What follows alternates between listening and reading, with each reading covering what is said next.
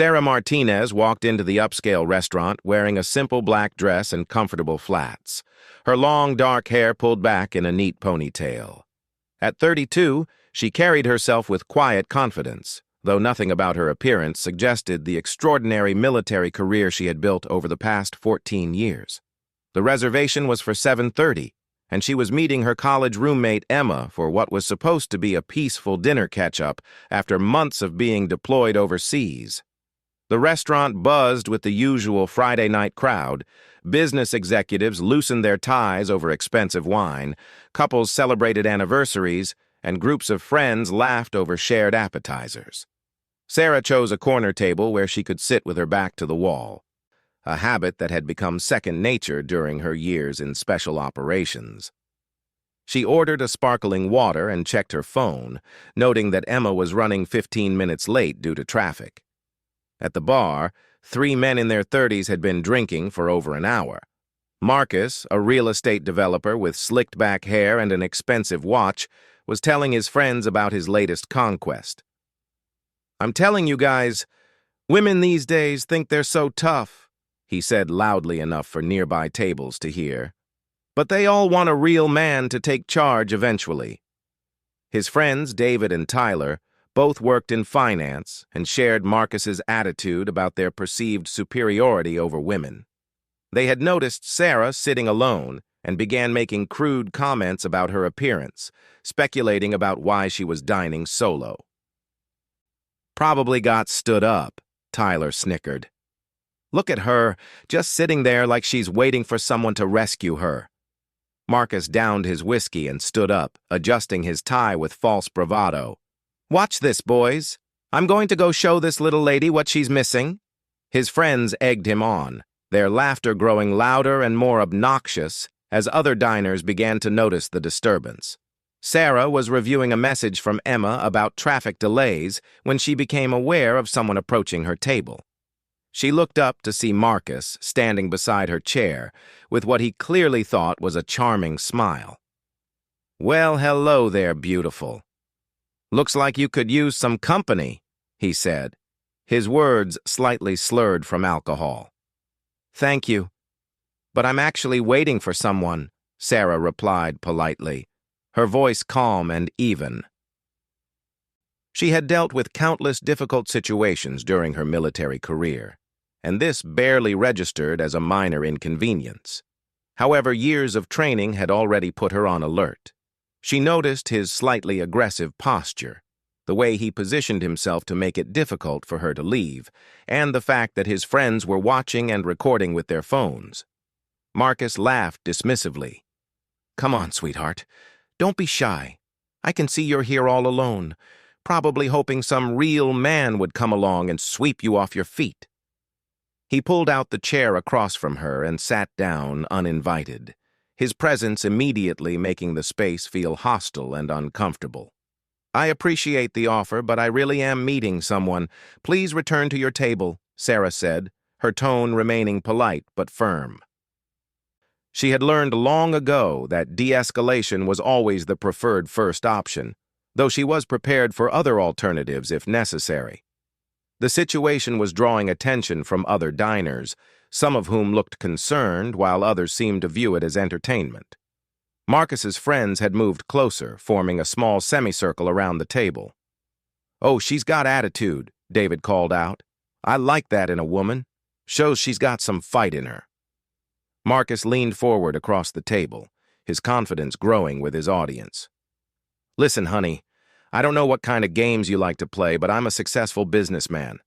I could show you a really good time if you just relax and let me take care of you." His tone had shifted from what he thought was charming to something more demanding and entitled. Sarah remained seated, her hands folded calmly in her lap, but every muscle in her body was ready to respond if needed.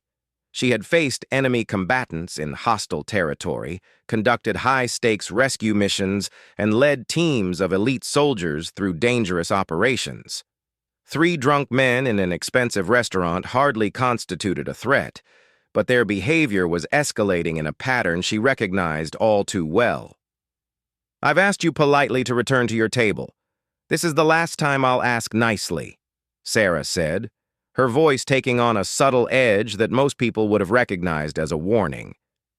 Unfortunately, Marcus and his friends were too intoxicated and too convinced of their own superiority to pick up on the shift. Tyler pulled out his phone and started filming more, obviously. "This is going to be hilarious," he said to David. "Watch her try to act tough when she realizes she can't handle real men." Marcus reached across the table and tried to grab Sarah's hand. "Don't be difficult, sweetheart. I'm trying to be nice here, but my patience has limits." The moment his fingers made contact with her wrist, several things happened simultaneously. Sarah's demeanor shifted in a way that was almost imperceptible to casual observers, but would have been immediately recognizable to anyone with military training. Her posture straightened, her eyes became focused and alert, and her breathing fell into the controlled rhythm of someone preparing for action. She gently but firmly removed her hand from his grasp, the movement so smooth and practiced that Marcus didn't initially realize the strength behind it.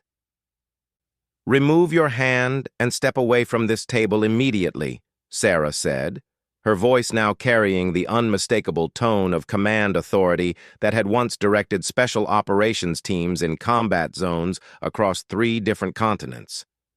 But Marcus, emboldened by alcohol and his friend's encouragement, made the worst possible decision.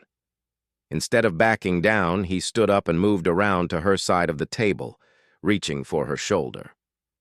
"I think you need to learn some manners, little girl. Maybe I should teach you how to respect your betters." The restaurant had grown quieter as more diners became aware of the confrontation. Several people had their phones out, some considering whether to call security or the police. The waitstaff looked uncertain about how to intervene without escalating the situation further. Sarah remained seated, but her entire bearing had changed. Years of leading elite military units had taught her to project authority without raising her voice or making threatening gestures.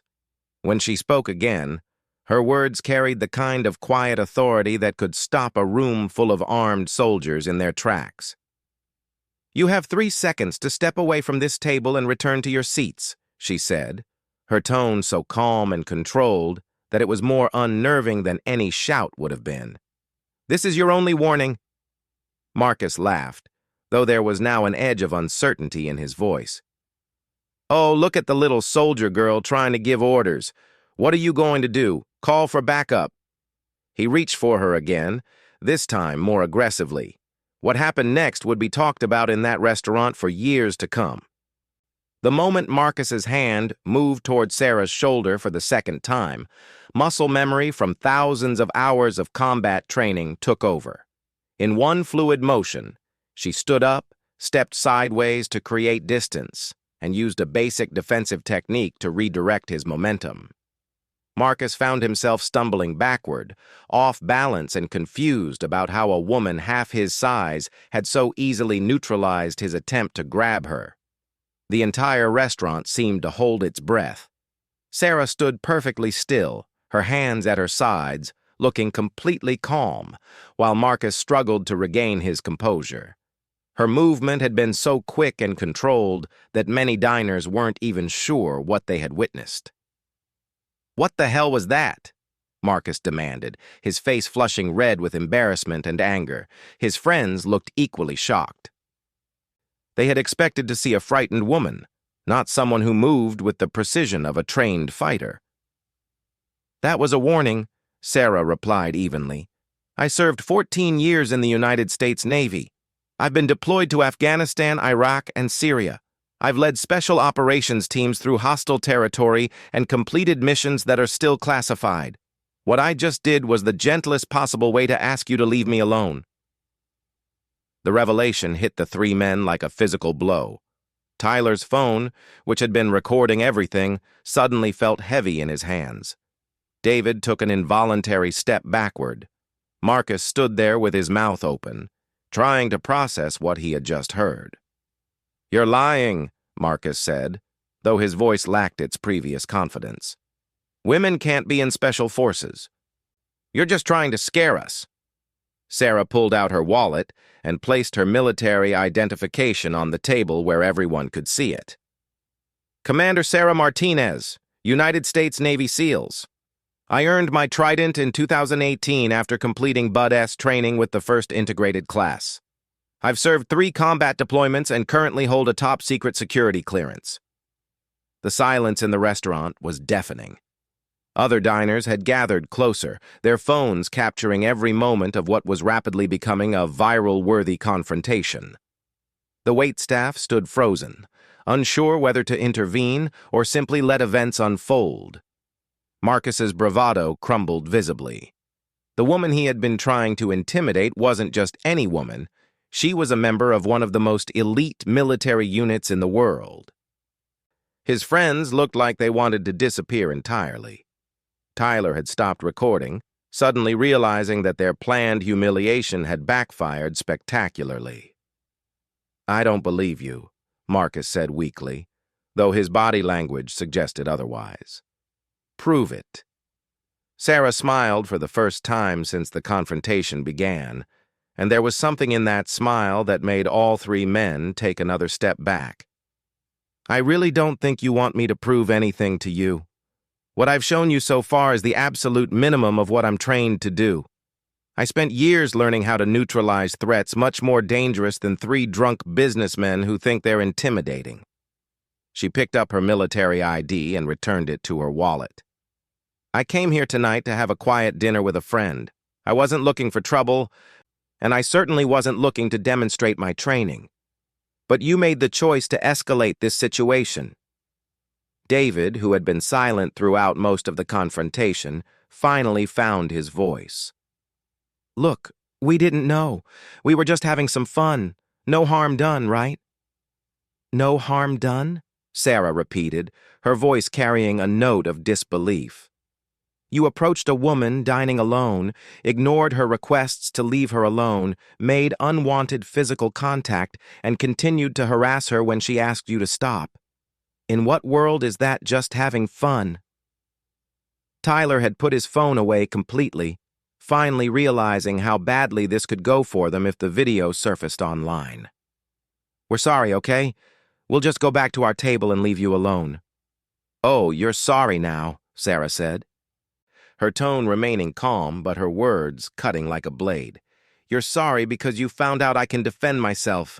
You're sorry because you realized you picked the wrong target. But you're not sorry about your behavior. You're sorry about the consequences." Marcus tried one last attempt to salvage his dignity. "Look, I'm a successful businessman. I have connections in this city. Maybe we got off on the wrong foot, but there's no need to make a big deal out of this." Sarah's expression hardened slightly. During her military career, she had encountered plenty of people who thought their civilian status or connections made them untouchable. "Are you threatening me?" "Because I should mention that in addition to my military training, I also have a law degree and extensive experience testifying in military tribunals. I'm very familiar with harassment laws, both civilian and military." The color drained from Marcus's face. What had started as what he thought would be an easy opportunity to impress his friends had turned into a potential legal nightmare. Around them, other diners were still recording, and he suddenly realized that his behavior was being documented from multiple angles. No threats," he said quickly. "We'll just go. This whole thing was a misunderstanding." "A misunderstanding," Sarah repeated slowly. "That's an interesting way to describe deliberate harassment." She looked around at the gathered crowd, many of whom were still filming. "I think everyone here has a pretty clear understanding of what happened." Emma chose that moment to arrive, weaving through the crowd of onlookers to reach Sarah's table. She was a pediatric surgeon, used to high-stress situations, but even she looked surprised by the scene she had walked into. "Sarah? What's going on here?" "These gentlemen were just leaving," Sarah said, not taking her eyes off Marcus and his friends. "They seem to have confused me with someone who couldn't handle herself." Emma looked at the 3 men, taking in their embarrassed expressions and defensive postures, then back at her friend. She had known Sarah since college, long before her military career, and had seen her friend develop into one of the most capable people she knew. "Oh no," she said with genuine sympathy in her voice. "They didn't know who they were dealing with, did they?" "Apparently not," Sarah replied. "They thought they had found an easy target." Marcus and his friends were edging toward the exit, clearly eager to escape before the situation got any worse. But Sarah wasn't finished with them yet. Her years of command experience had taught her the importance of making sure lessons were properly learned. "Gentlemen," she called out, causing them to stop and turn back reluctantly. "Before you leave, I want to make something very clear. The reason I was able to handle your harassment tonight isn't because I'm a Navy SEAL. It's because I'm a human being who deserves basic respect.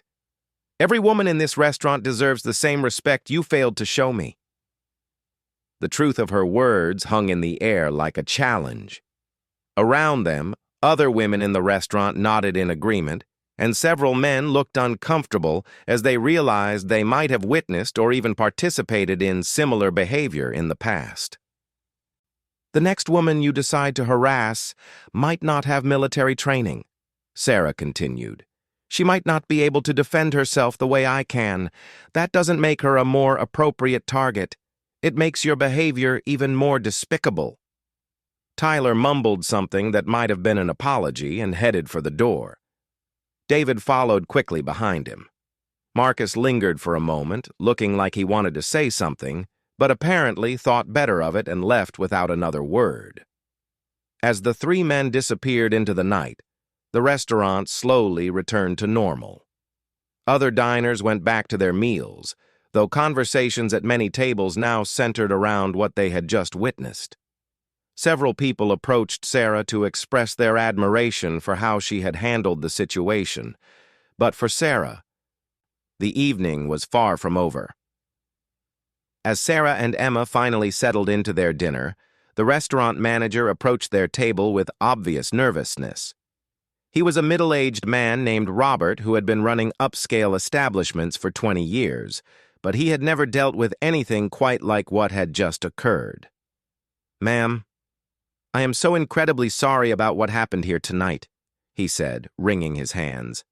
"Those men's behavior was completely unacceptable, and we should have intervened sooner. Please allow me to comp your entire meal and drinks for the evening." Sarah looked up at him with understanding in her eyes. "Robert, I can see your name tag. You're not responsible for the actions of your customers. But I do appreciate that you're taking this seriously now." "We are, absolutely," Robert assured her. "I've already spoken with our security team about updating our protocols for dealing with harassment situations, and those three men have been permanently banned from this establishment." Emma, who had been listening to Sarah recount the full details of what had happened before she arrived, shook her head in amazement. "I can't believe they kept pushing even after you told them to back off. What were they thinking?" "They weren't thinking," Sarah replied, cutting into the salmon she had finally been able to order. "They were operating on assumptions about power and privilege that have probably served them well in other situations. Unfortunately for them, those assumptions were completely wrong tonight. What Sarah didn't know was that Tyler's initial phone recording had already been uploaded to social media before he had second thoughts about it. However, instead of the humiliating footage of a woman being harassed that he had originally intended to share, the video showed the complete opposite. Within hours, it had been shared thousands of times with captions praising Sarah's composure and condemning the men's behavior. The video caught the attention of several military veteran groups on social media, who quickly identified Sarah from her uniform citations and service record. Her reputation in the special operations community was sterling. She was known not just for her combat effectiveness, but for her leadership skills and her mentorship of younger service members. By the next morning, the story had been picked up by major news outlets. Headlines read, "Navy SEAL Commander Handles Restaurant Harassment with Grace and Strength," and "When Bullies Pick the Wrong Target, A Lesson in Respect." Sarah's phone buzzed constantly with interview requests, which she politely declined. But the impact of that evening extended far beyond social media fame. Within a week, Sarah received a call from a women's advocacy organization asking if she would be willing to speak at their upcoming conference about leadership and self-defense. The request led to others, and soon Sarah found herself with opportunities to share her experiences with young women across the country. Marcus, David, and Tyler, meanwhile, faced consequences they had never anticipated. The viral video had been seen by their colleagues, employers, and families. Marcus's real estate firm, concerned about their reputation, placed him on administrative leave pending an investigation. David's financial services company had strict policies about employee behavior that reflected on the firm, and he found himself in serious trouble with human resources. Tyler faced perhaps the worst consequences of all. As a junior executive at a company that prided itself on diversity and inclusion, his behavior in the video was seen as fundamentally incompatible with company values. He was terminated within 48 hours of the video going viral. The irony was not lost on Sarah when she heard about their professional consequences through mutual acquaintances. The men who had tried to embarrass and intimidate her had ended up destroying their own reputations in the process. But rather than feeling satisfaction at their downfall, she found herself hoping they would learn from the experience. 6 months later, Sarah was delivering a keynote speech at a leadership conference when she noticed a familiar face in the audience. David was sitting in the back row, taking notes and paying careful attention to her words about respect, leadership, and treating others with dignity. After her speech, he approached her hesitantly. "Commander Martinez, I don't know if you remember me, but I was one of the men who harassed you at the restaurant 6 months ago." Sarah studied his face, noting the genuine remorse in his expression. "I remember. How can I help you?" "I wanted to apologize properly this time," he said. "Not because I got caught or faced consequences, but because I've spent the last 6 months thinking about my behavior and realizing how wrong I was. I've been working with a counselor to understand why I thought that kind of behavior was acceptable." "That's good to hear," Sarah replied, meaning it sincerely. "Personal growth takes courage. I also wanted to tell you that watching your speech today, hearing about your work with young women and veterans, it made me realize something. You could have destroyed us completely that night. You had every right to press charges, to make our lives miserable, but you chose not to. You chose to handle it with more dignity than we deserved." Sarah nodded thoughtfully. "I've learned that true strength isn't about dominating others or proving your superiority. It's about knowing when to use your power and when to show restraint. That night, my goal wasn't to humiliate you. It was to stop your behavior and protect myself." David looked down at his hands. "I lost my job because of that video. My fiancé broke up with me. I had to move back in with my parents at 34 years old, but honestly, I deserved all of that. And going through it forced me to confront some ugly truths about myself. What matters now is what you do with those truths," Sarah said. "The question isn't whether you made mistakes. It's whether you're willing to do the work to become better." "I am," he said firmly. "I've started volunteering with an organization that works with young men on healthy masculinity and respect for women. It's my way of trying to prevent other guys from making the same mistakes I did." Sarah smiled genuinely for the first time in their conversation. "That's meaningful work. It takes integrity to admit when you're wrong and then take action to make things right." As David walked away, Sarah reflected on how strangely the situation had evolved. What had started as a simple dinner out had become a viral moment that launched her into a new role as a speaker and advocate. The men who had tried to diminish her had inadvertently given her a platform to reach thousands of people with messages about respect, strength, and dignity. Emma, who had been watching the interaction from across the room, joined Sarah as David disappeared into the crowd. "Was that really one of the guys from that night?" "It was. Sarah confirmed. "And I think he's actually learned something from the experience." "That's pretty remarkable," Emma mused. "Most people would have held on to their anger and resentment." Sarah shrugged. "Anger and resentment are heavy burdens to carry. I've seen too much real evil in the world to waste my energy on 3 drunk men who made bad choices. Besides, if their poor behavior that night ultimately led to positive changes in their lives and helped me find a new way to serve others, then maybe something good came out of it after all."